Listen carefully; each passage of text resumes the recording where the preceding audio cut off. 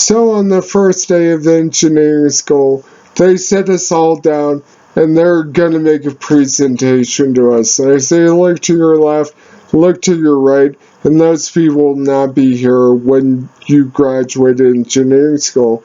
And that guy in the middle, he owes me. He owes me big time. So I graduated school not as an engineer, but as an accountant. And after graduation, I wanted to go into public accounting, and I totally did. And it was determined very early in my career that I was to be an auditor. I didn't make the decision. Someone liked me and said, you should be an auditor. I drank the Kool-Aid. I totally got into this public accounting thing. And I became a CPA and all that stuff. And one of the things I thought everybody learned, but apparently not everyone learns, is to be able to observe people, to not just interact with them, but really get an idea of where they're going and what they're talking to you about, so you can tell if they're lying to you. Because that's really an important part of being an auditor. Well, what I didn't know is this whole skill set I learned about watching people and really figuring out what they were doing and what they were saying to you. Really, it was going to have another valuable effect on my whole life. Not just my career, but my entire life. So I learned, like coming out of school, you could watch people and learn from them.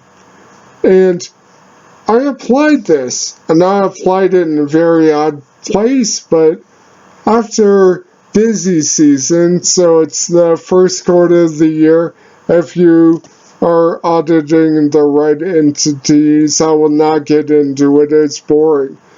But after that happens, about after April 15th, which hopefully everyone knows what happens on April 15th. The busiest time of your year is now supposed to be over, right? You've chucked the most effort that you possibly can into a very short period of time.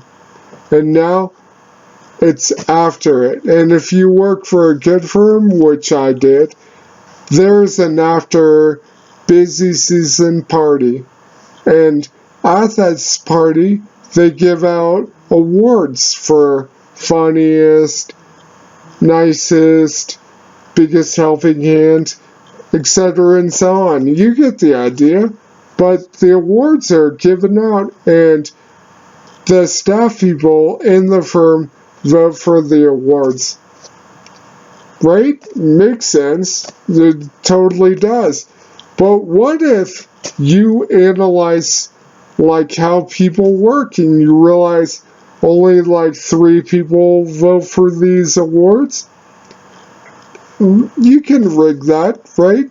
Just get 5 to 7 people, like-minded people, your friends, and the people that report to you on job after job.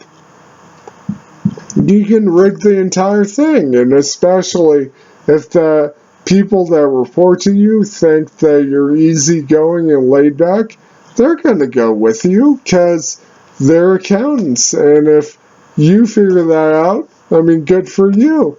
So I rigged an entire award system for one award, at least. You can't do all the awards. You have to limit it. So no one that's sitting and listening to the awards thinks the awards are a joke.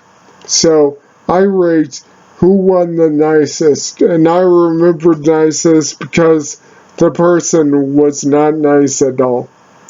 Now I realized 2 things when I rigged the award.